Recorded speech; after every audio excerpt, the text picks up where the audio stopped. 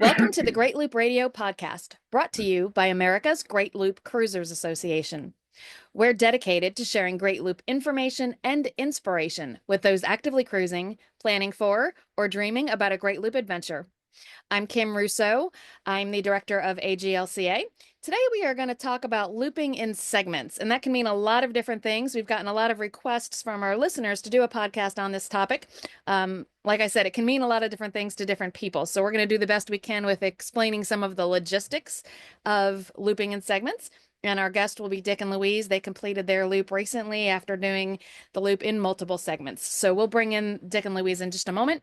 First, I want to take a moment to recognize and thank our Admiral sponsors who support AGLCA at the highest level. They are Great Loop Yacht Sales, Passage Maker Trawler Fest, Skipper Bob Publications, and Waterway Guide Media. As always, we encourage our listeners and viewers to support these businesses that support the Great Loop. And with that out of the way, let's jump right into our topic. Dick and Louise, welcome. Thank you.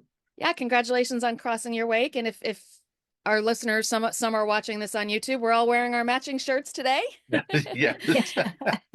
So you've been on our podcast before, but go ahead, let's start. Just tell people a little bit about yourselves and your boating experiences. Okay. Well, Louise and I met the first day of university 53 years ago, started dating a year after that, and married 4 years later. So we're coming up on our 48th anniversary. I graduated as a mechanical engineer and spent my entire 40-year career with the same company, supplying rotating equipment to the oil and gas industry. After 15 years in Canada, I was transferred to our factory near Corning, New York, which was then followed by international assignments totaling almost 20 years. So one day while we were living and working in Manchester, England, my parents gave us a call and asked if we'd be interested in crewing for them on a flotilla sailing charter in the Mediterranean in Turkey. We'd vacationed with them on golfing and camping holidays for years, and so we knew we were compatible in close quarters. So we agreed, in spite of my considerable problem with motion sickness. And this became the first of a series of biannual 2-week sailing charters in Turkey, Greece, and the British Virgin Islands. Once my parents were no longer capable of sailing, we took the American Sailing Association qualification courses in BVI, and then we followed that with a flotilla charter of our own in Turkey. And in the meantime, we had bought our retirement home on Hilton Head Island. It was mid-island off the ICW, and the dock was right behind the house. Now, if you look at a chart for that area, you'll see that there's a lot of skinny water in all directions. It can take hours of motor sailing to get out to consistently deep water during all tidal conditions. So, given the compatibility issues already uncovered during our solo charter the year before, we decided to abandon sail and try power boating. I was still working, jumping between Hilton Head, Brazil, and Houston, but we bought Louise a 25-foot Bayliner pocket cruiser that we could comfortably sleep aboard for weekend runs to Savannah, Beaufort, and Charleston. So all told, we didn't have a lot of hours of boating experience, but we had quite a bit of variety. And also, as was typical for a middle-class Toronto family growing up, Louise's had a summer cottage on a lake, so there were runabouts, ski boats, and dinghy sailing to add to the resume. So lots of boating experience. You said maybe not that many hours. I would venture to guess it was probably more hours than many of us who are starting the Great Loop. And also you had some very exciting boating adventures on some of those charters. So what was it about the Great Loop? What made you decide that this was your next adventure? Well, we always planned to buy a boat that would be big enough for extended cruising after retirement. And a few years before, when we were talking about future boating plans, I looked at a map of North America and I thought, it ought to be possible to take a boat all the way around from the East Coast to the Mississippi via the Great Lakes. And there was just this minor detail of how to get from Lake Michigan to the Mississippi. And that question was solved by looking at a more detailed map. And then later, when we started looking at Yacht World and sites like that, they were references to loop boats. And that was enough for Google to bring up the AGLCA website. And in spite of not joining AGLCA until 2016, which was 6 months before we bought Knives, there was lots of the website to confirm something we both wanted to do. We're both firstborn of immigrant parents, in Louise's case, Dutch in mine, and perhaps wanderlust is in our DNA. Certainly, the nomadic work history was something we thoroughly enjoyed. We both have millions of travel miles, so again, the concept of no fixed address for extended periods is not at all foreign.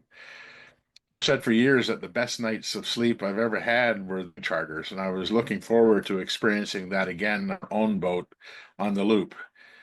And finally, I spent my early years swimming in the Trent River. My elementary school was in Trenton. After moving, my high school was a few miles from Hastings. I played football against teams from Camelford, Peterborough, and Fenland Falls. And our church was a short distance away from the Peterborough lift lock. These are all stops along the Trent Severn portion of the loop, and I was excited to see them from the water. Unfortunately, Louise was by no means a reluctant spouse. Her parents were sailors. She grew up messing about in boats, taking her first solo cruise at the age of 7, albeit it was a rowboat on a small pond. So you've mentioned already that you switched from sail to power, kind of around the time you moved to Hilton Head. Definitely familiar with the skinny water around there. So what boat did you select for the Great Loop and why? So we spent about 3 years refining our separate lists of must-haves and nice-to-haves. Dick evolved from a go-fast boat with the latest tech, pod drives, to a trawler with fully protected shaft drives once he better understood the nature of the loop cruising grounds. I always insisted on 2 heads and 2 showers. If Dick was willing to accept a wet head, that was fine, but mine had to be dry. I'm with you on that, Louise. Yeah. A minimum of 2 staterooms, but ideally 3, so if we have guests aboard, we still have our own sleeping spaces. And a washer dryer on board was another absolute must for me. We knew we wanted a pilot house style instead of a flybridge, partly safety related, as most flybridges have ladders or a lot of steps. And the swaying motion adds to motion sickness. And so that was a concern for me. The last sailboat we chartered with my parents was a catamaran. And we said at the time we'd never charter a monohull again. But unfortunately, in the power segment, we couldn't initially find any cats that were both narrow enough and didn't have a fly bridge. And we, of course, we also had a budget. A boat is a depreciating asset, and like our cars, we never buy new. We narrowed the search to vessels 5 to 10 years old to capture much of the initial depreciation and avoid substantial upgrades. Fortunately, my last assignment in Brazil provided for significant downtime, allowing me to spend literally hundreds of hours online to review every single boat brand and model for potential suitability. This process eliminated the vast majority, over 90%. It also informed us to length. We'd need at least 42 feet and perhaps as much as 50 to get the interior space we wanted. We were trying to hold to a $250,000 budget during the buyer's market in 2016, which is probably equivalent to at least double that in today's market. We went to a lot of boat shows in 2015 and 16, Annapolis, Fort Lauderdale, Miami, St. Petersburg, among others, to look at different models and layouts to confirm our priorities. We also drove to see a few broker boats, but didn't get a lot of interest once it became known we were still months away from pulling the trigger. Near the end of the process, we'd pretty much settled on the mid-2000s Sea Ray 480 motor yacht for its interior volume and extensive array of features, although there were reservations about draft and unprotected props. However, I then came across a listing for an Endeavour Trawler Cat 44. It ticked all the boxes and then some. Low profile pilot house design meant few stairs while still having great views over the bow, and the low air draft meant zero restrictions on any of the loop routes. Wide side decks for ease of handling, line handling, and direct access from the helm to both sides. Catamaran, but less than 20 feet wide, so limited concern about slip availability. And 2 large separate social spaces, cockpit and salon, so that Louise and I do not have to be on top of each other like we are now when working on our laptops. Right.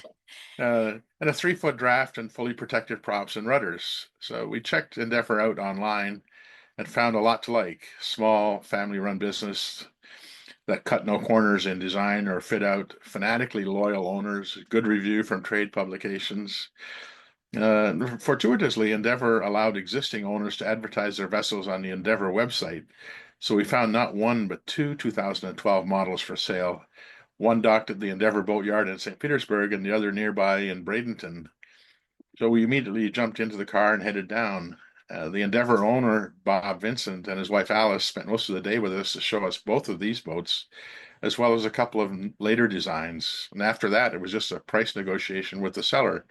So we had our boat by Christmas 2016, newer than anticipated and therefore considerably over budget, but still a great value.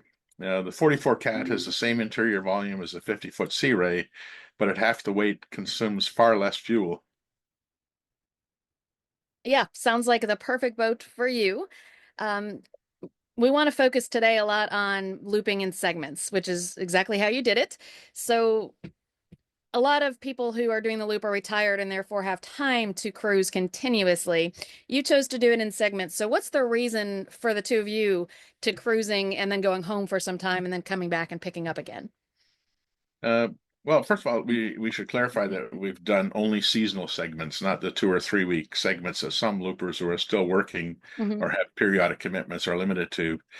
But from the beginning, we'd agreed that we wanted to explore more than just the loop route. There were going to be a lot of side trips.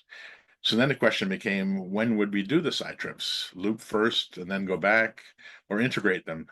And we decided on the latter. Because most of the side trips are in the north, they're done during the summer and shoulder seasons. Therefore, you're looking at multiple years by definition. And even if we decided to skip side trips and just follow the pack around the normal 4 season loop, we would still have struggled to do it in a year. Not only is there too much to see, in our opinion, but we had lives outside of boating. We have a second home in England. I was born there, and we lived there for several years during Dick's working career. And our primary home is on Hilton Head Island, which is a resort area. Dick's plan for retirement was to golf at least 3 times a week, and he's about 1,200 rounds behind. Uh, we just couldn't get excited about living aboard full time for a year or more and leaving both places behind for that length of time. So we made the decision to cruise for only 3 to 4 months each year. So makes total sense. Whether you're cruising for 3 to 4 months and then going home for 8 to 9 months, or whether you're doing a loop with segments of shorter duration, um, the same issues kind of apply in terms of logistics. So talk a little bit about how you determined where you'd end each segment. Was you sounds like you were mostly basing it on an amount of time. Um, but how did you make the decision when, okay, this is where we're stopping for this year and going back home? Well, actually, the only consideration for us was the availability of heated indoor storage or an in-water location far enough south that the water temperature never falls below 40 degrees. The number of locations for us was further reduced by the fact that we need a 20-foot lift well for the haul out, which typically means a 75-ton travel lift or larger. We also wanted to store at a boatyard so that any maintenance or upgrading work not being done myself could be taken care of while we were away. So we spent one winter at Winter Harbor in Brewerton on the Erie Canal and another at Drummond Island Yacht Haven east of Mackinac City, Michigan. These locations were great for maximizing cruising time in the areas leading to and from the facilities. Now, unfortunately, after that, the rest of the plan didn't go quite as well. We ended up storing at Drummond for an entire extra year, 2020, due to COVID. There was simply no point, in our opinion, to go from town to town along the route with nothing being open. Um, the idea was to find heated indoor storage near the bottom of Lake Michigan and use that as a jumping off point for a cruise up the Mississippi to Minneapolis and back the following year. However, the few facilities that could take a boat of our size were not interested in a one and done. They were only interested in supporting their annual slip holders. All agreed to call us back if there was still uncommitted space by late summer, but we don't live our lives with that kind of uncertainty. We had always planned to use Aqua Yacht Harbor on Pickwick Lake as a jumping off point for the Ohio, Cumberland, and Tennessee River side trips. So decided to use that for the Mississippi trip too, despite the extra 1,000 miles or so that would add. Gotcha. So, with the winter storage, sometimes the recommissioning is dictated by their schedule, but how did you decide how long to leave the boat when you were storing it and when you would come back and pick up again? Well, basically, we're informed by the seasons, but there's the additional consideration when you're utilizing heated indoor storage. At those facilities, if you're last in, they want you to be ready to be first out. Hmm. So at Winter Harbor, for example, if you didn't get pulled until near the end of the season in late October, then be ready to resume cruising in early May at the beginning of the next season. They simply don't have the dockage to have many boats hang around after being brought out, and they do not want to lift boats more than once. In other words, no moving boats out of the way to get to the one in the back. When we were heading north from Pickwick Lake, we usually left mid-June before it got really hot down there, but after the worst of the spring flooding on the rivers had subsided, and then we'd return in early October. But this past season, because we were heading south from Pickwick, we didn't start until late September, and in that case, Nine Lives was stationary for over 11 months from early October 2023 to late September 2024. Yeah, it sounds like flexibility in the planning is kind of key there. Absolutely. Yeah. Let's take a quick break and play a message from one of our sponsors. When we come back, I want to talk a little bit about, any special considerations when you're selecting a place to leave the boat and anything you do to prepare the boat to leave. So we'll be back in a moment. Did you know that every mile of the Great Loop is covered by Skipper Bob guides? Its mile-by-mile format is a great planning tool and essential at the helm. On the most popular routes and side trips, Skipper Bob covers preparation, navigation, bridges and locks, and the best places to visit. Skipper Bob guides are updated each year, and its website keeps you current with navigation alerts and cruising news. To check it out, go to skipperbob.net. Skipper Bob is a proud Admiral sponsor of AGLCA. Pebble Isle Marina is the perfect stop for AGLCA members to enjoy docktails, conveniently located in a sheltered harbor on the Tennessee River at mile marker 96. The marina's 600-plus feet of transient dockage offers slips convenient to all amenities and can accommodate boats of all styles and sizes up to 100 feet in length. Our fuel dock offers ethanol-free gas and high-speed diesel pumps with a ship store for supplies. Our floating seasonal restaurant offers beautiful views of Kentucky Lake from the patio. Check out the Pebble Isle website for details of special offers for AGLCA members. We're back on the Great Loop Radio podcast. Today we are talking about looping in segments. My guests are Dick and Louise, who are recent gold loopers after doing the loop in multiple segments over multiple years. So Dick and Louise, the biggest question I get from loopers who are considering doing the loop in segments as opposed to continuously and seasonally, how do you determine where to leave the boat while you travel home? And that's, besides the geographic, I'm talking a lot about how do you find a place that you're comfortable with and that the boat will be safe there? Well, we did have several instances where examples, my mother's 90th birthday celebration in Trenton, coincidentally, was scheduled for the time we were going to be in the North Channel of Georgian Bay. But there, because of car rental logistics, our choices for where to leave the boat were Perry Sound or Sault Ste. Marie. And for several reasons, we selected the latter. 2022 was the year we went from Pickwick to Minneapolis, which is a long trip. Louise wanted to have a mid-cruise trip home to Hilton Head for a week. We were able to find a marina that was a short distance from Minneapolis-St. Paul Airport, but near enough to bike trails that I could do a lot of exploring while she was away. That same season, on our way back home, down the river, way back down the river, an apartment became available in an assisted living facility that my mother had her eye on, and I was needed to coordinate the physical move out from her existing apartment to the new location.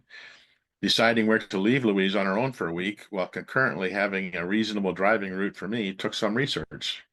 And ultimately, we settled on Dubuque, Iowa. The city runs a large transient marina as a focal point for a massive riverfront redevelopment that includes parks, pedestrian and bike trails, museums, a casino, several restaurants and bars, and more. The marina was well secured, so she had no worries about personal safety while I was away, despite being right in the center of the city. Another example, it was in 2023 when we explored the Ohio River to Pittsburgh and beyond, but had to take a break in the middle for yet another 90th birthday celebration, this one for an uncle in Peterborough. So we decided to leave 9 lives at a marina in downtown Pittsburgh while we drove up and back. And all too often, Enterprise cannot pick you up and return you to your boat. So we select marinas that are walking or cycling distances from an Enterprise location if we'll be needing a car. And in fact, we're doing the same thing right now in Marco Island. We're at a marina where I can walk to an Enterprise. We are doing the same thing in Melbourne right now. We are at a marina where Michael could take his electric scooter to an Enterprise yesterday. Excuse me. Go ahead, Louise. Yeah, I was going to say it comes down to finding a secure marina in a safe location so that whichever one of us is left on the boat can do stuff. Easy walking distance to shops and walking and biking paths and places of interest. Or if we're both leaving it, then it's a case of I would say security is the paramount thing For us. Yeah. for us. Yeah. Well, and I think the big takeaway there is that you had a whole lot of different parameters, times you needed to leave the boat and needed something a little bit different depending on who was staying in all different parts of the country, all different parts of the route and the side trips. And you were always able to find something that met your parameters. So for anybody considering this and wondering, well, how do I decide where to leave the boat? Take some research, of course, as Dick and Louise did. But it is possible, and the AGLCA forum is a great place to ask questions too. If you're looking for a place in a specific area, you'll either find local members or members who have done the same thing that likely have recommendations for you. So that's a good way to go about it. So when you are preparing to leave the boat for, a segment, if it's being winter stored, then it's a different preparation. But I'm kind of talking about like maybe when you were at Pickwick, if you were storing in the water, anything special you would do to prepare the boat to leave it for a period of time, and any remote monitoring or anything like that you would set up? No, we don't have any remote monitoring, although the Nebo tracker has been useful to alert us to carelessness by a boatyard worker in leaving power switched off on more than one occasion. I've since taken to switching off the inverter when we leave the boat so that such events mean only that the dehumidifier won't run, not that the batteries will be drained and destroyed. We leave 9 lives where we can avoid winterization, either in heated inside storage or in water that won't come close to freezing, even if air temperatures do fall into the 20s some nights. The water will keep the hull warmer than the air, and I have low wattage engine compartment heaters and a salon heater to help keep the inside spaces above freezing. We haven't had any freeze-related issues over the 8 winters that we've had 9 lives. Now, of course, most northern boaters have winterization down to an art, so they'd make different and probably more economical decisions. But a major concern is the humidity and the mold that dampness creates if you're not in a climate-controlled indoor storage. We won't leave the boat unattended for long periods with the AC on because there are just too many things that can go wrong. Instead, we have a somewhat portable dehumidifier that we set up in the galley when we're away. The condensate simply drains into the sink and overboard. And at the end of each cruising season, we empty the fridges, freezers, and the ice maker, clean and dry them thoroughly, and then prop the doors open slightly to ensure air circulation. We have short lengths of 3/8 line that we wrap around each door or drawer so that the worker can't inadvertently bump into it and close it. And this from experience. We take batteries out of remotes and ear techs and binoculars when we leave. And Dick has a battery tester to check them before putting them back in on return.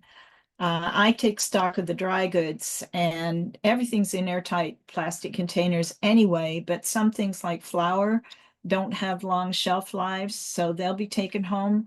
We also take home cans of mixer because they tend to develop leaks if they're left unattended for a long period. Ask me how I know.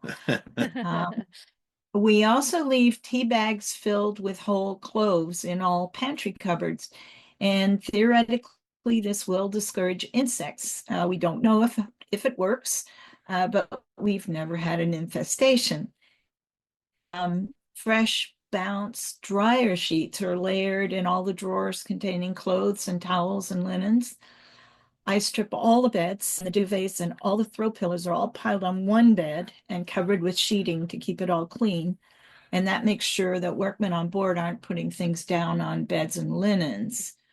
Most times we have room in the vehicle, so we'll take home the carpets and seat cushions for a good steam clean at the same time as the ones at home are done. And this also avoids the risk that workmen lay their tools down on the seat cushions. Most of the linens and towels stay aboard, as do most of the clothes and shoes. We have plenty of everything at home already. I swap out the good towels for some that can be used when workmen are aboard.